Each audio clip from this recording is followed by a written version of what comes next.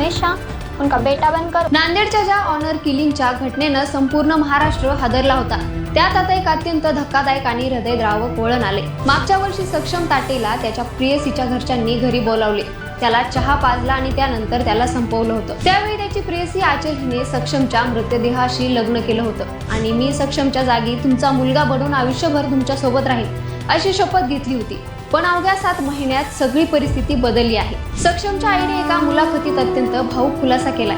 आचल केवळ 3.5 महिने त्यांच्या सोबत राहिली आणि एक दिवस आजी आजारी आहे, तिला भेटायला जाते असं सांगून घरातून निघून गेली। ती आजपर्यंत परत आलीच नाही। ती निघून गेल्यावर सक्षमच्या वडिलांचीही प्रकृती ढासळली आणि 3 महिन्यापूर्वी त्यांचंही निधन झालं। ज्या आचलने आई वडिलांना फाशी द्या, मी तुमची सून म्हणून राहील म्हटलं होतं, ती आता सासूच्या संपर्कातही नाही। आज सक्षमचं अख्खं हस्त खेळतं घर उद्ध्वस्त झालंय आणि त्याची वृद्ध आई आज घरात पूर्णपणे एकटी पडून ढसाढस रडत आहे।